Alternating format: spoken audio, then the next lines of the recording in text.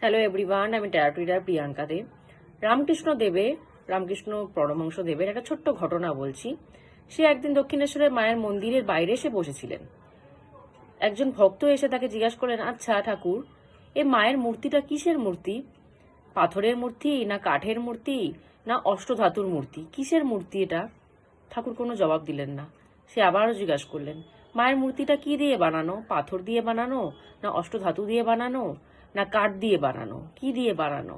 সে আবার কোনো জবাব দিলেন না। সেম রিপিট সে আবার করলেন, আবার এই তিনটা কোশ্চেন আবার করলেন। কোনো জবাব দিলেন না। ঠাকুর উঠে চলে গেলেন। উঠে চলে গিয়ে মার সামনে দাঁড়িয়ে তার মায়ের হাতটা বোলাচ্ছিলেন। হাতটা বোলাতে গিয়ে মায়ের আঙ্গুলের মধ্যে আস্তে করে টিপি দিলেন।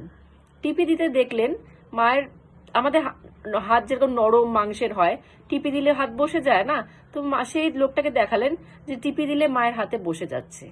তখন মাকে ওনাকে ডেকে দেখালেন, যদি কাঠের হয়, যদি মাটির হয়, বা যদি পাথরের হয়, যদি অষ্টধাতুর হয়, আমি এই যে মায়ের হাতে টিপি দিলাম, তাহলে কি বসে যেত? বসে যেত না।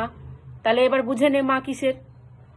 তো আমাদের সাধকেরই ভক্তর ভক্তির উপরে ডিপেন্ড করে যে সে কিরকম রূপে আমার কাছে আসবে, তার শরীর কিরকম রূপে, তাকে আমরা কিরকম রূপে দেখতে পারবো, সেটা আমাদের ভক্ত বা সাধকের ভক্তির উপর ডিপেন্ড করে, আর কিচ্ছু না।